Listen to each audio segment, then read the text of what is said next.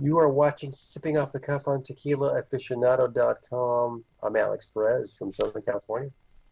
I'm Mike Morales out here in San Antonio. And this evening, Alex, we have Rancho Oh, yeah. La Joya. Now, you may not have heard of this brand, but for those of you who are keeping a watch on Tequila Aficionado, the owner of the brand owner importer, um, we did an interview with him, and you can read all about him on tequilaaficionado.com. His name is Roberto Sanchez del Toro. Young kid, he's got to be like in his mid 20s. Cancer survivor, Alex. And it's really an unusual brand. As far as I know, it's only available right now in Texas, primarily San Antonio, probably parts of Austin. This distillery, we were looking for it 1555, and it's a one brand distillery. This is Really? the flagship brand, one one one brand out of this distillery. So we got the Blanco tonight. Comes in Blanco and Reposado. We're doing the Blanco tonight.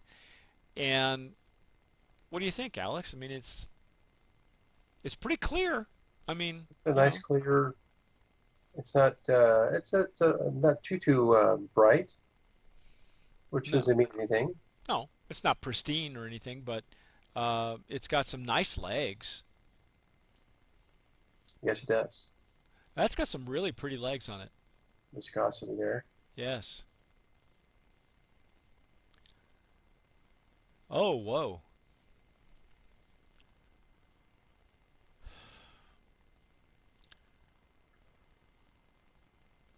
A lot of alcohol in my nose. Yeah. Well, you just opened your bottle. Obviously, mine's been open for a while. Um, Mr. Del Toro was our first interview when I moved to San Antonio. He was really nice enough to meet with me at a Starbucks, believe it or not. He's born and raised in San Antonio. His family owns a food distributorship here in town, and he wanted to branch out on his own, as he tells you in the article. If you read the article, it's really worth covering because he'll give you a rundown on the history of the brand itself.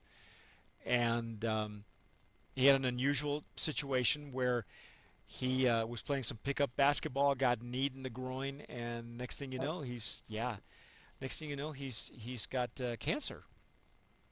The months where he was undergoing chemo, he was also starting the brand. So if you can believe that, Well, this kid's been through a lot. He's been through a lot. Very inspirational story. You might want to read it on Tequila Aficionado.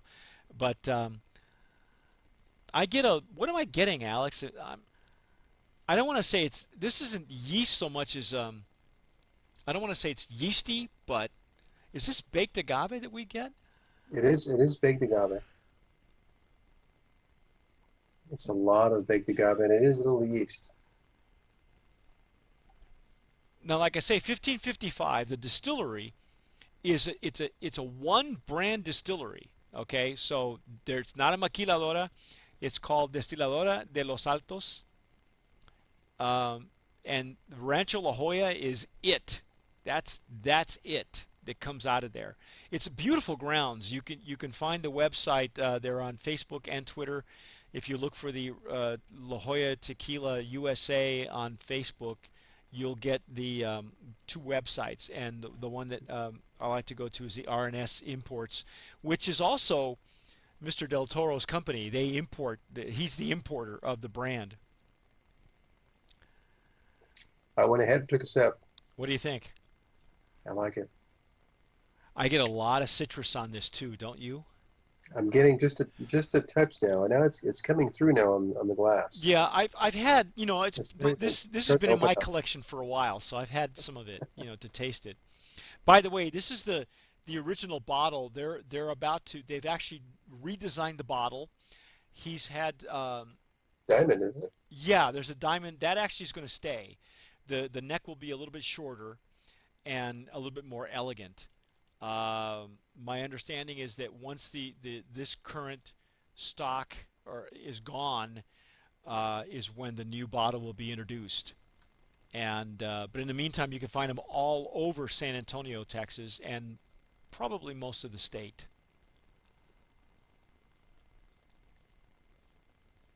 It's just a nice sipping Blanco. So smooth on the intake. Hmm. It does have some spiciness.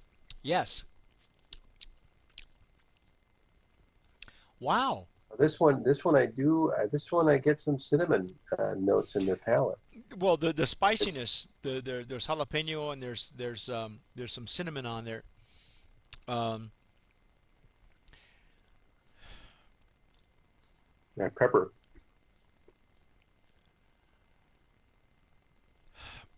if I check on the distillery, um, the agave is the raw agave is estate grown, harvested by hand in the highlands. Um the Garcia family is the owner of the distillery, and they continue to invest in scientific research and development and are positioning themselves to launch new agave-based products into the U.S. in hopefully in 2014, 2015. Um,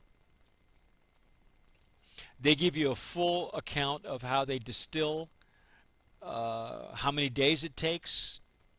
It says after 12 days of stress-free fermentation has passed, um, all the impurities are separated from the alcohol by a unique double distillation process. It's similar information that we get from most most distilleries. They take away the heads, the tails. They use only the heart, um, and and it's got a laboratory as well. But that's all part of the CRT. That's all the normas. They have to have a lab. The grounds are beautiful. If you look at the pictures on the website, the grounds of the distillery are gorgeous. So what do you think, Alex? What's your bottom line? You I like it? like Blanco.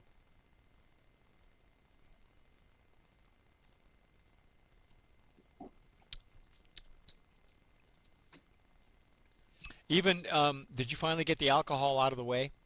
Did I it did. open up? Did it open up enough for you? It did open up a little.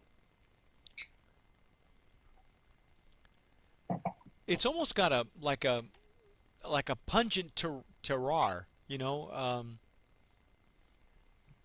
There's some bitterness on the tail end of it that I can taste.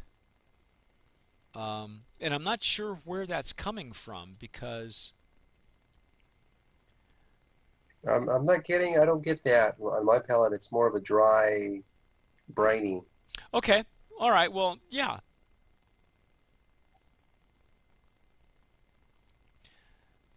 maybe that's what I'm mistaking or calling a bitterness. It's a brininess.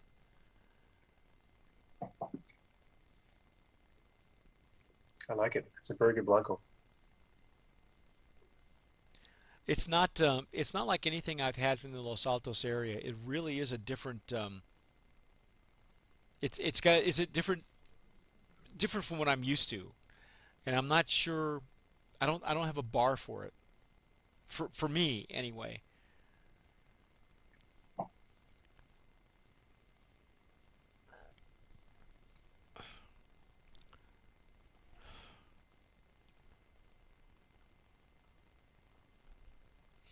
If That's probably what it is, Alex. I'm calling it a bitterness, but and I'm thinking maybe it's a caramelized agave or something, but you're calling it a brininess, and that's probably what it is.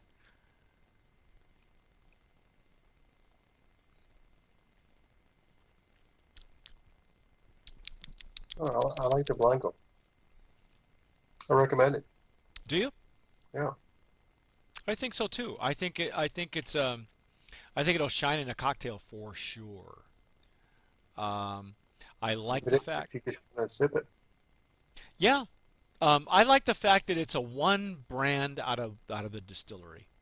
That's what I like. It's not a maquiladora. You don't have a dozen brands. You don't even have five brands coming out of here. It's just this. This is all they make. Like I say, the bottle will be once it becomes a little bit more widely available. The bottle will be changed. It'll look differently. Won't have such a high neck. Um, I think we could recommend it as a really good sipper. I'm not real sure if I want to nominate it for Brand of Promise, and it only comes in Blanco Reposado. So, they're introducing the brand. Um, I want to see where the brand is going to go, though. In my opinion, what do you feel? We'll be on Tequila Watch, that's for sure. Oh No, yeah, I think I think it's a very good Blanco. Um, that's really to me is all it is. It's a very good Blanco. okay. It's got some good flavor profiles. Hmm. It's not wowing me, but it's a decent Blanco. Yeah, yeah, that's kind of what I'm getting too. Like I say, um, I think it is worthy of looking for, and it might not be the terroir or the flavor profile that you would imagine coming out of the Highlands. But remember, this is an estate grown agave, and it's just a one brand distillery, and that's what it has going for it. So maybe they're trying to distinguish themselves from the other distilleries in the area, and they're doing it with this flavor profile. Right. So it may or may not be to your liking. For us, it's highly recommended, and I think it's worthy of looking for. I think so. Terrific. Well, that's our take of Rancho La Joya from here in San Antonio. I'm Mike Morales. I'm Alex Perez. Go and look for it and see what you think. You might fall in love with it. I think it's very good. I think it's a very good everyday tequila. There you go. Yeah, and a lot of it's in several clubs here in San Antonio, so it's very popular in the club scene. So it'll be easy to find in San Antonio and hopefully in the rest of the country here real shortly. But hey, go find it. Very good. I'm Alex Perez, and you're watching Sipping Off the Cuff on tequilaaficionado.com. And as always, sip wisely.